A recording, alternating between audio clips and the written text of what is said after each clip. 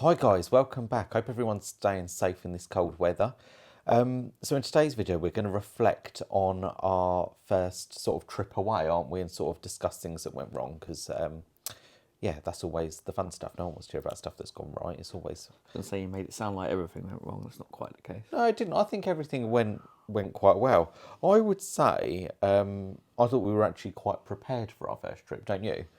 Well, that's your nature, yeah. In terms of success rate, what, like 80%, I'd say? Probably more than that, actually. Well, in preparation, it was fine. Obviously, the actual towing and whatever, there were some hiccups along the way. Yeah, I mean, we'd bought everything that I think that we'd needed, and actually, this trip in particular, was probably the most difficult because not only did we have to take sort of like food, clothes, things like that you would normally take away with you, but we had to remember absolutely everything that you'd need for a caravan, which would usually stay in the caravan, like i.e., Aquaroll, Waste Master, security, toilet chemicals, things like that. So I don't actually think we forgot anything.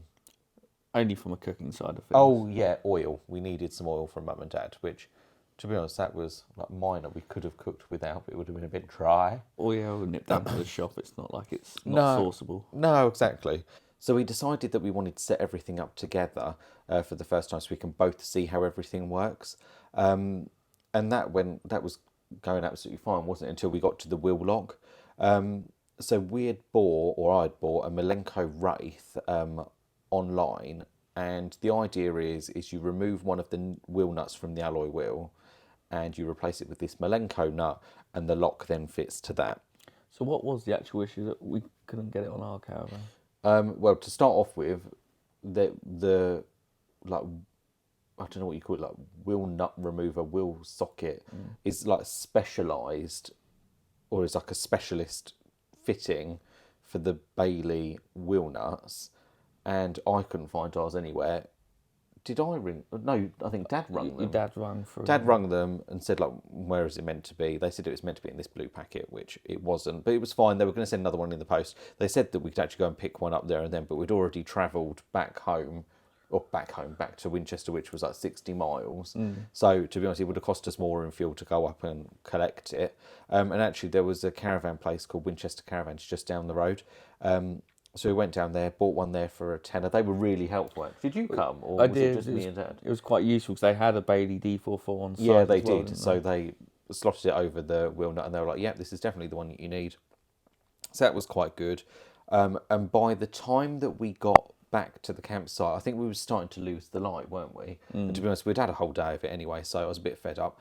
So I said, "Okay, let's like stop this today, and then maybe tomorrow morning we can get up and just fit the lock in the morning and remove it before we move off to Littlehampton." So that's what we did anyway. Obviously, had a really nice night and everything. And I don't think we were up mega early, were we? Or we were just quite slow in the morning. So I said to Bill, before we go, I just want to try and fit this wheel lock. And for whatever reason, I can't remember why it didn't fit, but either the idea is you remove one of the Bailey wheel nuts and you replace it with a Malenko one, which the lock then fits to, and the lock's got like a bar that goes through the wheel. And I can't remember if the diameter of the nut that Malenko provided was too wide, or whether we got it in there but it was too shallow. I can't really remember, but whatever happened, we couldn't fit the wheel lock. Yeah, don't know if anyone else with D44s managed to do it, but we couldn't get it to work with the Malenko Wraith. So by the time I think we then had a shower, went down and spoke to Dad about it. He came up and had a look. He couldn't fathom it either. So I was like, we need to get a wheel lock sorted. And as Winchester Caravans is just down the road, we can perhaps buy a new wheel lock there and I can return the Malenko Wraith when we get home. I wanted to do it there because when we moved to Littlehampton, I couldn't actually think of any local sort of camping shops. Although I think upon reflection, I don't know where Chichester Caravans is, but that Probably not must too be far in away, Chichester, no. which wouldn't have been too far. So I could have gone there, but as Winchester Caravans was just down the road, and we'd been there the day before and they were really helpful, we decided to go there. So by this point, we had something like 58 minutes before we had to get off the pitch. So you left me to do everything by myself. Yeah, so I'd given Bill this, don't know what you'd call like checklist, I suppose, of to-do things list, to isn't do inside the van. Then you sort of lock the door, and then there's a second list of things to do outside of the caravan. So I left Bill packing up while me and Dad went down the road. We got a new wheel lock. And when we came back, we quickly fitted it just in case it didn't fit for whatever reason. Anyway, fitted like a charm. It was great. Really liked the wheel lock. We went for the Nemesis Ultra, so I can confirm that fits if anyone's buying a D44. Don't go for the Wraith, go for the Ultra. Anyway, managed to do that, and then Dad went off to do his own caravan because they still had to pack up and obviously hitch up and whatnot. So this was really the first sort of time that we'd hitched up on our own, hadn't we? You had done most of the inside stuff, and I think I just gave it a quick once over. Locked the door, and then we started doing the outside checklist. So Bill wound up the jacks, didn't you? I turned the gas off and engaged the motor mover. Motor moved it onto the back of the car, and then I dropped it on the tow ball, and it clicked and everything into place. But I was really worried about the caravan detaching from the car. That's just sort of like my biggest fear, that I'm going to turn left, the caravan's going to continue on a career down the road. That's sort of like my biggest fear. The guy at Oxford Caravan showed you the tip of winding it up a bit further to make sure it didn't go Yeah, up, sort of, or wind the jockey wheel back down so Yeah. it lifts the back of the car up to obviously make sure it's still, that it's secured on. But yeah, I wasn't satisfied. So I did it again, wound it up, wound it down. It was perfect. Like, I was satisfied that it was connected. And then I connected the breakaway cable and the electrics. And then I think I said to you, go round the back and we'll quickly do a light check. That was it. We've got our method of doing it over the phone. Yeah, we now do it over the phone. So I ring Bill from inside the car because he stands round the back and I can't see him in the mirrors. So I'm just like, oh, idiot. Like, you need to stand to one side so you can give me like a thumb up or something, or point. Oh, I don't know. We haven't really worked out a system, but the system that we're employing so far is call each other. So anyway, lights worked, didn't they? And you got in the car. Fortunately, we've got an automatic. To be honest, I don't think I'd want to tow with a manual. I don't think it would be so enjoyable. So obviously, selected drive, disengaged the handbrake, and we didn't go anywhere. I sort of expected to creep, especially if it was on like a slight incline, slight decline. I sort of expected the car to rock forward. So obviously, didn't want to force anything, so switched the car off and everything. And some of you may already be ahead of me. The motor mover was engaged. So I'm sure everyone's done it at some point, haven't they? At least we hadn't tried to drive, or at least I hadn't tried to drive off, had I? Well, there's no damage caused, was there? No damage caused. So disengaged that. I knew we was going to make a mistake at some point, and actually it was quite a minor mistake and nothing got damaged, like you say. So yeah, no one died. So quite happy, disengaged that, get back in the car, and we get moving. We're really happy. Well, I say we're really happy. I'm happy that we're moving. The caravan hasn't detached or anything. And we get up to the barrier, and Mum calls. And I said to Bill, oh, you're going to have to get out and beep the little fob and post it in the letterbox.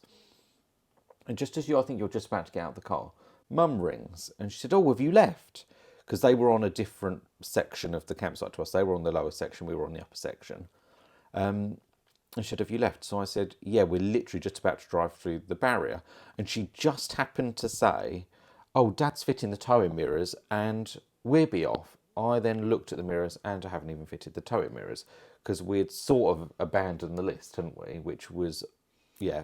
You got excited checking the lights and forgot about the Yeah, I completely did. I was like, let's go. Especially because like time had been against us. I think perhaps if we'd had a bit more time in the morning, it would have been okay. I think in reality, most campsites, that one included, aren't that strict on the by the minute you must be out. No, I don't think so. And to be honest, they were really nice at Winchester Caravans. They knew it was our first caravan. I can't remember his name, but one of the wardens checked in on us to see if everything was okay. So I thought that was really nice of them. So thumbs up to Winchester. We really like that campsite. Morn Hill, isn't it? Oh, sorry. Yeah, you're right. Morn Hill at Winchester. I keep saying Winchester. So I think that's probably going to hold like a bit of a special place in our hearts, isn't it? Because it's quite a nice site as well. And from when we went there before, it's a nice walk on pavement into Winchester itself. It is. I do really like it. I'd like to go back there. And little things like you get good internet reception on the site, which isn't always going to be the case. Yeah. Yeah, well, we'll see when we do our campsite reviews. Stay tuned. Anyway, what was I saying? Oh, yeah, so we fitted the mirrors, didn't we? Yep. Drove out. I was really happy that we were moving, but at this point, I had no idea whether Mum and Dad were ahead of us or we were ahead of Mum and Dad, because I kind of got off the phone quite quickly from Mum. Well, I don't know how far. We just sort of got round the roundabout and down the road, and I could see something flapping in the mirror, and someone had forgot to secure the water pump flap. You. No, it was you. You took it off. So I suppose I should have gone round and checked afterwards, but anyway, hindsight's a wonderful thing. So that was annoying me, but there was nowhere really to pull over, was there?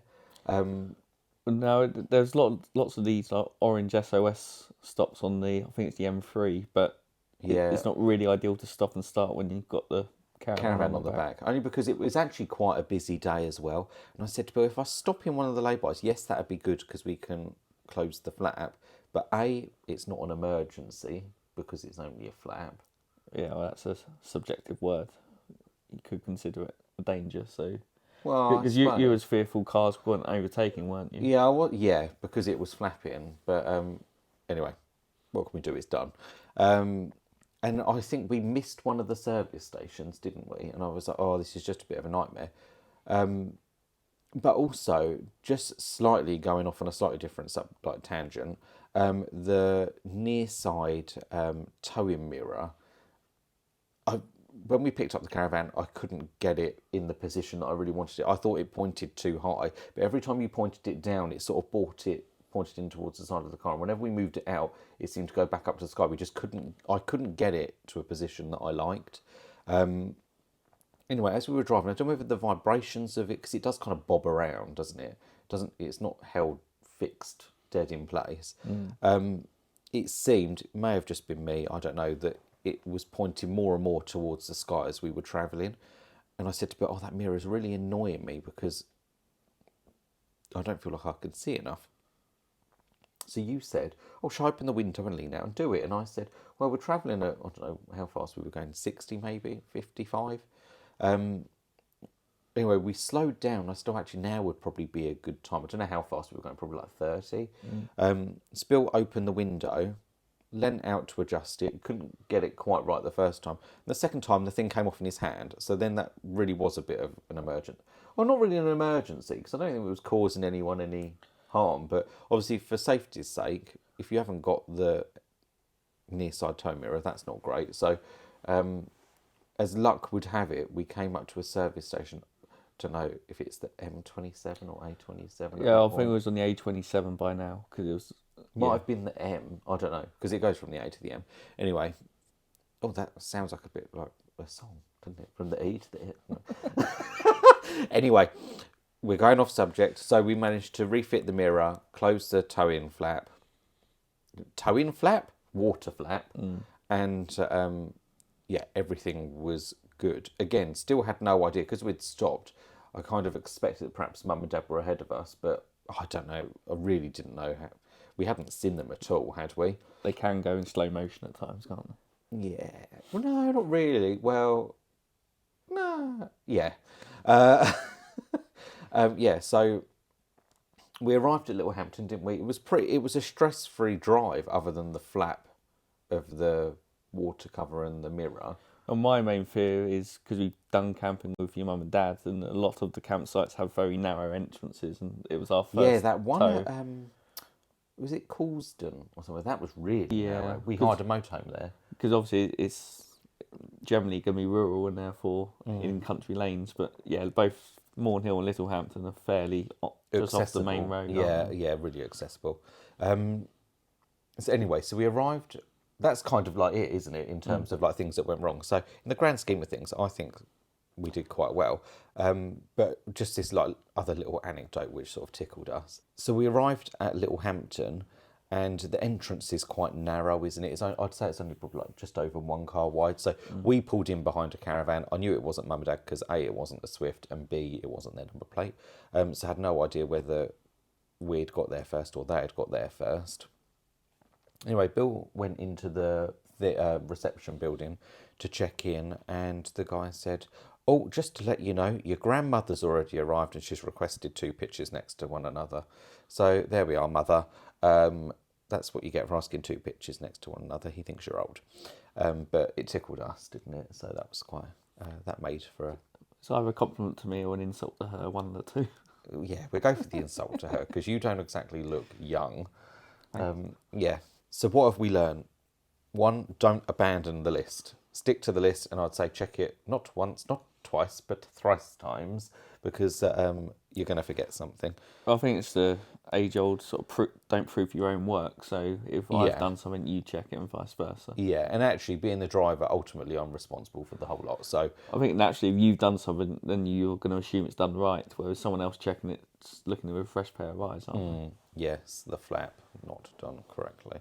Actually, in hindsight, we was also working off of a list which was like a picture on our phone. And I don't know about you, I found it quite annoying. You having to get your phone out of your pocket, unlock the phone, get to the photo, look at it, check through the list, put it back in your pocket. At least if you had like a physical piece of paper where you could strike through, or even use something like Google Keep where you can tick the item off the list and it removes it from the list. Then you can see what you've got left to do. That, as we like technology, that probably be the way forward. Don't adjust your towing mirrors when you're driving.